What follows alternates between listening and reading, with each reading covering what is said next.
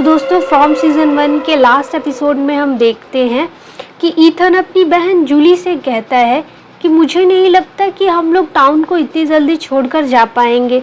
तो इस पर जूली ईथन से पूछती है कि तुम्हें ऐसा क्यों लगता है कि हम लोग टाउन को छोड़कर नहीं जा पाएंगे। तो इस पर ईथन बताता है कि एक बार विक्टर ने उसे कहा था कि इस टाउन में रहना एक खोज की तरह है और हम जब तक इस खोज को पूरी नहीं कर लेते ये टाउन हमें बाहर जाने नहीं देगी। तभी वहाँ पर जेड आ जाता है। जेड जिम को बताता है कि उसने इलेक्ट्रिसिटी ढूंढ ली है और अब वो लोग ट्रांसमीटर का यूज़ कर सकते हैं सिग्नल भेजने के लिए।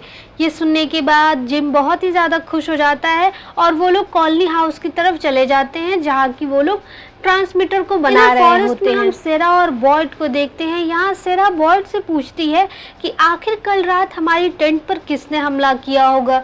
इस पर बॉयड कहता है कि ये तो बाहर जाकर ही पता चलेगा। जब सेरा और बॉयड अपने टेंट से बाहर आते हैं तो वो देखते हैं कि उनके टेंट के चारों तरफ और जंगल के पेड़ों पर एक मकड़ी का जाल फैला हुआ रहता है। सीन शिफ्ट होता है। हम यहाँ पे डाइनर में जेड को देखते हैं। जेड टाउन के लोगों से रिक्वेस्ट करता है कि उन लोगों के पास अगर कोई भी इलेक्ट्रिकल अप्लायंसेस हैं या फिर अगर उनके पास कोई भी वायर्स हैं तो वो लोग उसे लेकर कॉलोनी हाउस की तरफ आ सकते हैं, क्योंकि वायर्स का यूज़ करके हम ट्रांसमिशन को आज शाम तक ही भेजने की कोशिश करेंगे। लोग ये सुनकर बहुत ही ज़्यादा खुश हो जाते हैं कि सिग्नल आज शाम को ही जाने वाला रहता है। यहाँ पर जेड बोलता है कि वो कुछ देर के लिए बाहर जा रहा है। तभी वहाँ पर जूली आ जाती है और वो जेड को कहती है तुम मेरे पिता से थोड़ी इज्जत से बात करो, वो तुमसे बहुत ही ज़्यादा बड़े हैं। और उसके बाद हम डोना को देखते हैं जो कि सिर्फ बॉयड के ऑफिस में मैप्स को देख रही होती है। तभी वहाँ पर केनी आ जाता है। डोना केनी को बताती है कि जब बॉयड यहाँ नहीं था तो लोगों को बहुत सारी दिक्कत हुई थी, लोग किसी तरह अपनी जान बचाते थे। डोना मैप्स को देखकर कहती है कि इतने सारे रास्ते हैं लेकिन एक भी रास्ता हमारे घर को नहीं जाता। इसके बाद केनी कहता है कि मुझे पूरा यकीन है कि शेरिफ बॉयड हमारे लिए कोई ना कोई रास्ता ढूंढ ही लेंगे। सीन शिफ्ट होता है। हम क्रिस्टी को देखते हैं। यहाँ पर क्रिस्टी अपने एम्बुलेंस से वायर्स निकाल रही होती है। तभी वहाँ पर केनी आ जाता है। केनी अपने साथ एक ग्लोब लेकर आया हुआ रहता है। क्रिस्टी बोलती है कि ये तो मैंने पहली बार देखा, ये तुम्हें कहाँ से मिला। तो वो बताता है कि मैं जब इस टाउन में आया था तो ये चीज़ मेरे डिक्की में थी, ये मैं अपने स्टडी टेबल पर रखा करता था। क्योंकि केनी क्रिस्टी को एक लिस्ट भी दिखाता है। इस लिस्ट में बहुत सारी जगहों के नाम रहते हैं। यहाँ पर केनी क्रिस्टी से पूछता है कि अगर ये ट्रांसमिशन काम कर गया और हो सकता है कि हम अपने घर को लौट पाए तो क्या वो उसके साथ इन जगहों पे घूमना जाना पसंद करेगी। तो इस पर क्रिस्टी केनी को कहती है कि मुझे माफ़ कर देना लेकिन कोई है जो मेरा इंतज़ार कर रहा है। इसके बाद केनी वहाँ से चला जाता है। नेक्स्ट सीन में हम टैबिटा को देखते हैं। यहाँ पर टैबिटा बार टेंडर के पास आई हुई रहती है। बार टेंडर उसे बताता है कि यहाँ पर उसके पास बहुत सारे ऐसे औजार पड़े हुए हैं जो कभी यूज़ नहीं हुए हैं और ना ही कभी यूज़ होंगे। अगर उनमें से कुछ उसके यूज़ का है तो वो उसे ले जा सकती है। यहाँ पर टैबिटा बार टेंडर से पूछती है कि तुम कॉलोनी हाउस के लोगों की मदद क्यों नहीं कर रहे हो, क्या तुम्हें घर वापस नहीं जाना। तो इस पर बार टेंडर उसे बताता है कि मैंने यहाँ पे बहुत सारे लोगों को नाकाम कोशिशें करते हुए देखा है और मुझे पता है कि ये ट्रांसमिशन भी काम नहीं करने वाला है और इसीलिए मैं कॉलोनी हाउस नहीं जाना चाहता, क्योंकि मुझे पता है कि अगर सब कुछ नाकाम हुआ तो मुझे काफ़ी दुख होगा। नेक्स्ट सीन में हम कॉलोनी हाउस में एलिस को देखते हैं जो कि फातिमा को ढूंढ रहा होता है। एलिस फातिमा से कहता है कि उसे कुछ देर के लिए बाहर आना पड़ेगा क्योंकि उसे उससे कुछ ज़रूरी बातें करनी है। फातिमा बाहर आती है और एलिस उसे वो जगह दिखाता है जहाँ पर उसने टाउन में आने के बाद पहली बार अपनी गाड़ी को रोका था। तो इस पर फातिमा बोलती है कि मुझे याद है कि मैंने वहाँ पे गाड़ी रोकी थी और मैंने कोरी से आगे जाने का रास्ता भी पूछा था। एलिस उसे बताता है कि वो पहली बार था जब मैंने तुम्हें देखा था और मुझे यही लगा था कि तुम भी बाकी लड़कियों की तरह होगी, लेकिन तुम सबसे ज़्यादा अलग थी। तुमने कॉलोनी हाउस को घर बना दिया, लोग यहाँ पे तुम्हारी वजह से खुश रहने लगे। और इसके बाद एलिस फातिमा से कहता है कि वो उससे शादी करना चाहता है और अगर ट्रांसमिशन काम कर गया, हम दोनों बाहर निकल गए, तो मैं चाहता हूँ कि मैं अपनी लाइफ तुम्हारे साथ आगे बिताऊँ। नेक्स्ट सीन में हम बॉयड और सेरा को देखते हैं जो कि जंगल में आगे बढ़ ही रहे होते हैं। तभी उन्हें किसी के चीखने की आवाज़ आती है। सेरा बॉयड को आगे जाने से मना करती है, लेकिन बॉयड फिर भी आगे चला जाता है। जालों के बीच में एक औरत नज़र आती है। जब वो उसके पास जाता है तो उसे लगता है कि वो औरत कोई और नहीं बल्कि उसकी पत्नी है। वो औरत चीख रही होती है और बॉयड को आवाज़ें लगा रही होती है कि वो उसकी मदद करे। बॉयड ये सब सुनकर आगे बढ़ता है और जैसे ही वो उस औरत की मदद करने जाता है, वो चीज़ कीड़ों में बदल जाती है और वो बॉयड के शरीर पर चढ़ जाती है। यहाँ पर सेरा उसकी मदद करती है और वो कीड़ों को हटाती है। सेरा बॉयड से पूछती है कि आखिर ये सब क्या था, तो बॉयड उसे कुछ नहीं बताता और कहता है कि उन्हें अब आगे बढ़ना चाहिए। शिफ्ट होता है। कॉलोनी हाउस के लोग ट्रांसमीटर को बनाने की कोशिश कर रहे होते हैं। ट्रांसमीटर लगभग बनकर तैयार ही रहता है। जिम ट्रांसमीटर के लिए और भी कुछ चीज़ें लेकर कॉलोनी हाउस में आता है। यहाँ पर वो लोगों से कहता है कि हमें इस ट्रांसमीटर को अब ऊपर पहुँचाना होगा और कुछ ही देर में सिग्नल भेजने की कोशिश करनी होगी। ईथन जिम से कहता है कि मुझे पता है कि विक्टर ये सब देखकर बहुत ही ज़्यादा खुश हो रहा होगा, लेकिन ईथन अपने पिता से कहता है कि विक्टर ने मुझे कहा है कि हम लोग इस टाउन से अभी बाहर नहीं निकल पाएंगे क्योंकि अभी हमने अपनी खोज पूरी नहीं की। तो इस पर जिम ईथन से कहता है कि बेटा विक्टर रियो की कहानियाँ कुछ ज़्यादा ही पढ़ता है, इसीलिए उसे कुछ नहीं पता। हम इस ट्रांसमीटर का काम करने के बाद जरूर घर पहुंच पाएंगे। जंगल में सेरा और बॉयड आगे बढ़ रहे होते हैं, लेकिन तभी बॉयड बहुत ही ज़्यादा उदास हो जाता है और उदास होकर वो सेरा से कहता है कि तुमने जो कहा था वो बिल्कुल सही है।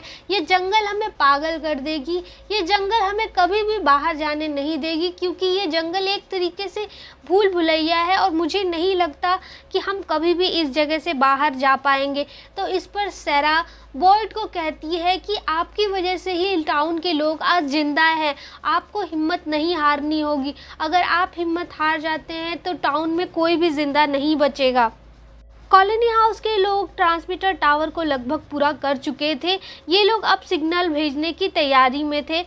काफ़ी लोग बहुत ही ज़्यादा खुश थे और कुछ लोग उनमें से उदास भी थे क्योंकि कुछ लोगों को अभी भी लगता था कि ये टाउन हमें इतनी जल्दी वापस जाने नहीं देगा।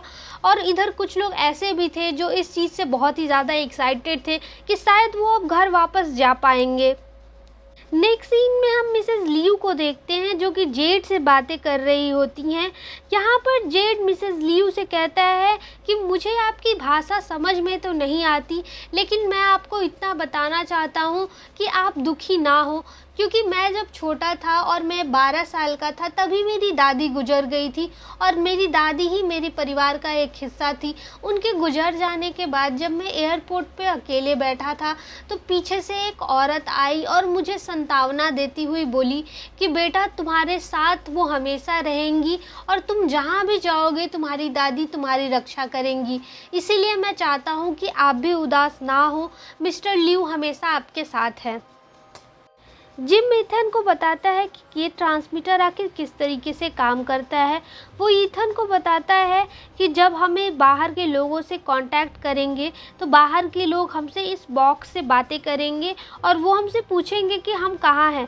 तो इस पर हम उन्हें बताएंगे कि हम एक अजीब से टाउन में फंसे हुए हैं और हमें यहाँ से बाहर निकलने का रास्ता नहीं मिल रहा है और वो लोग हमारी जितनी जल्दी हो सके मदद करें। इसके बाद हम देखते हैं कि यहाँ पे केनी अपने रूम में कुछ काम कर रहा होता है। तभी वहाँ पे क्रिस्टी आ जाती है। क्रिस्टी केनी से कहती है कि मैंने तुम्हारी बातों के बारे में बहुत ही ज़्यादा सोचा और मुझे ऐसा लगा कि मुझे तुम्हारे साथ घूमने के लिए जाना चाहिए। और वो कहती है कि अगर हम इस टाउन से बाहर निकल पाए तो मैं तुम्हारे साथ घूमने के लिए ज़रूर जाना चाहूँगी। लोग यहाँ पे कॉलोनी हाउस की छत पर अब ट्रांसमीटर को फिक्स करने वाले होते हैं। ये लोग बहुत ही ज़्यादा एक्साइटेड होते हैं कि ट्रांसमीटर अब कॉलोनी हाउस की छत पर जा रहा है। कॉलोनी हाउस और टाउन दोनों के लोग बस यही उम्मीद कर रहे होते हैं कि एक बार अगर ये टावर काम कर जाता है और ये लोग सिग्नल भेजने में कामयाब हो जाते हैं तो इन लोगों को इस अजीब से शहर से निजात मिल जाएगी और वो वापस से अपनी नॉर्मल ज़िंदगी जी पाएंगे। ट्रांसमीटर के ऊपर सेट होने के बाद जिम कॉलोनी हाउस के लोगों से कहता है कि मैं जब इशारा करूं तो आप सारे लोग एक साथ स्विच को ऑन करिएगा, ताकि हमें बहुत ही ज़्यादा पावर मिल पाए, जिससे कि ये ट्रांसमीटर बिल्कुल अच्छे से सिग्नल भेज सके। जिम के कहने पर सारे लोग एक साथ बल्ब को ऑन करते हैं और यहाँ पे ट्रांसमीटर को सिग्नल मिलने लगता है। ये सब देखकर लोग बहुत ही ज़्यादा खुश हो जाते हैं और वो लोग सेलिब्रेट करने लगते हैं। सिग्नल मिलने लगता है, लेकिन सिग्नल की स्ट्रेंथ बहुत ही ज़्यादा वीक रहती है, क्योंकि तूफान आने वाला रहता है। वीक सिग्नल होने के कारण काफ़ी टाइम लगने वाला था। तो टैबिटा अपने पति जिम से कहती है कि वो घर जाना चाहती है, क्योंकि उसे प्लान बी पर भी वर्क करना है। तो दोस्तों, हम बता दें कि प्लान बी यहाँ टैबिटा बेसमेंट में खुदाई की बात को कह रही होती है। उसके अकॉर्डिंग अगर वो बेसमेंट में खुदाई करते रहती है तो उसे ज़रूर पता चलेगा कि आखिर वो लाइट्स कहाँ से आती हैं और आखिर इस ज़मीन के नीचे है क्या।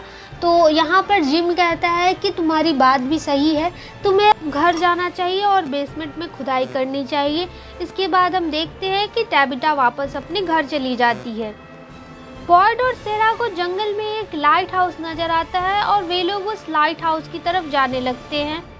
यहाँ पर काफ़ी तेज़ तूफान आने वाला रहता है। तो डोना जिम को कहती है कि अब तुम्हें अपना सामान समेट लेना चाहिए, तो पूरा का पूरा टावर बर्बाद हो जाएगा और अब हमारे पास इतना सामान भी नहीं बचा है कि हम टावर को दोबारा बना पाएँ।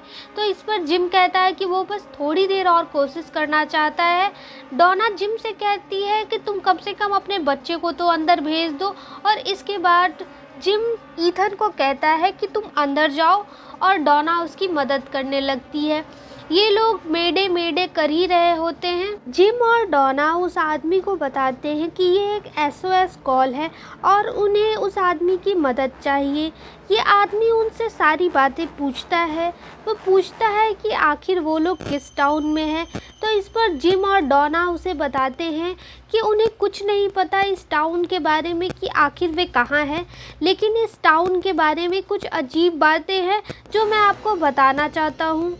के बाद जिम उस आदमी को बताता है कि इस टाउन में रात में कुछ अजीब से मॉन्स्टर्स आते हैं जो लोगों को मार डालते हैं, और इन लोगों के पास कोई और रास्ता भी नहीं है इस टाउन से निकलने का, क्योंकि जब भी वो इस टाउन से बाहर निकलने की कोशिश करते हैं तो वो घूमकर एक ही जगह पे आ जाते हैं।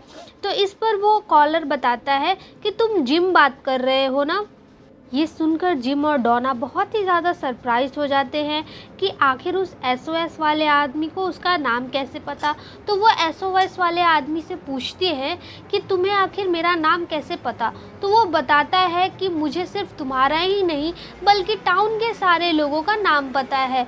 और वो जिम को ये भी बताता है कि जिम, तुम्हारी वाइफ को गड्ढा नहीं खोदना चाहिए था। तो इसके बाद जिम और डोना को समझ में आ जाता है कि ये कोई और नहीं बल्कि टाउन के मॉन्स्टर्स ही थे जो SOS कॉल के थ्रू इनसे कांटेक्ट कर रहे थे। यहाँ पर जिम दौड़कर अपने घर वापस जा रहा होता है। बाकी सारे लोग ये सब देख रहे होते हैं। यहाँ पर जूली और ईथन डोना से पूछती है कि आखिर क्या हुआ, उसके पिता दौड़कर कहाँ जा रहे हैं और उसकी माँ कहाँ है।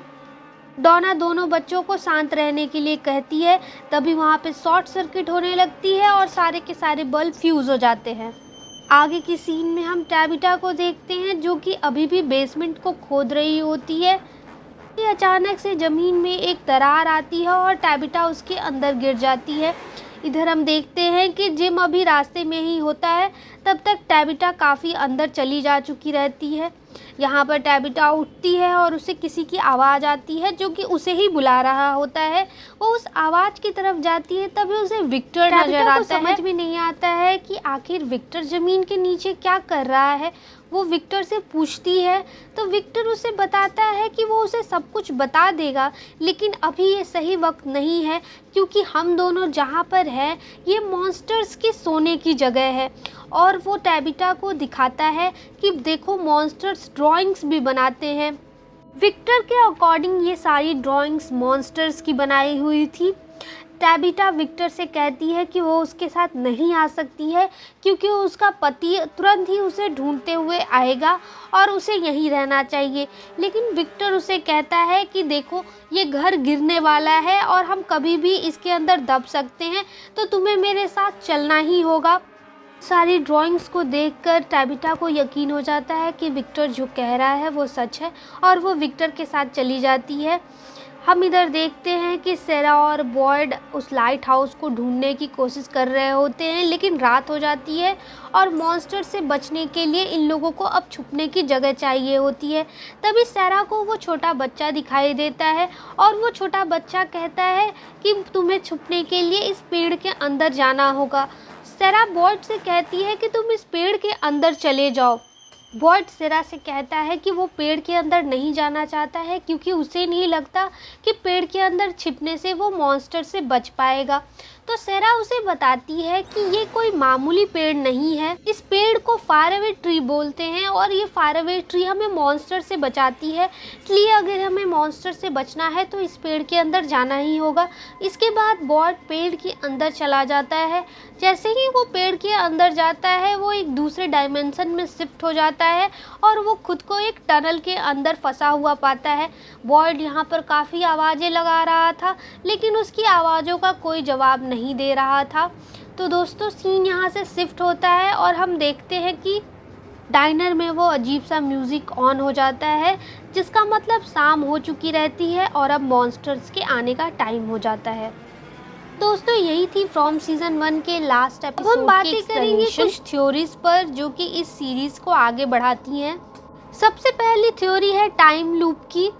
यहाँ पर हम देखेंगे कि कैसे ये लोग एक टाइम लूप में फंसे हुए हैं और इस टाइम लूप से बाहर निकलने के लिए उन लोगों को कुछ पजल सॉल्व करने पड़ेंगे।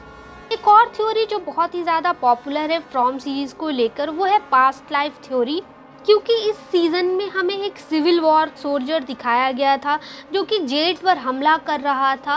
तो मुझे ऐसा लगता है कि कहीं ना कहीं ये सीरीज़ पास्ट लाइफ को भी दिखाएगी अपने आगे के सीजन्स में कि किस तरीके से ये लोग अपने पास्ट लाइफ में इसी जगह पर रहा करते थे और शायद मे भी किसी वजह से ये लोग इसी टाइम लूप में और इसी जगह पे फंस चुके हैं और ये लोग बार बार हर एरा में, हर टाइम पीरियड में वापस इसी जगह पे आ रहे हैं, क्योंकि इन लोगों को इस पजल को अभी भी सॉल्व करना है जो कि ये लोग सॉल्व अभी तक नहीं कर पाए हैं। दोस्तों, एक और चीज़ जो बहुत ही ज़्यादा इम्पॉर्टेंट है और नोट करने लायक है वो ये है कि इस सीरीज़ में हमें ये दिखाया गया है कि विक्टर और ईथन बहुत ही अच्छे फ्रेंड्स हैं। लेकिन अगर हम इस चीज़ को एक दूसरे एंगल से देखें तो हमें ये भी पता चलता है कि विक्टर और ईथन कहीं ना कहीं एक दूसरे से रिलेटेड हैं। एपिसोड के एंडिंग में हम एक बस देखते हैं जो कि खिड़की के बाहर खड़ी रहती है। इससे हमें ये पता चलता है कि शायद टाउन में कुछ और नए लोग आ चुके हैं और अब देखना ये होगा कि क्या ये लोग टाउन के लोगों की मदद करने के लिए आए हुए रहते हैं या ये मॉन्स्टर्स की कोई चाल है। खैर, ये सब देखने के लिए आपको सीज़न 2 देखना होगा और सीज़न 2 के एक्सप्लेनेशन वीडियोस मेरे चैनल पर ही आएंगे। तो दोस्तों, इसके लिए आप लोग मेरे चैनल को सब्सक्राइब करिए और बेल आइकन को प्रेस करिए। So guys, stay updated and thank you for watching.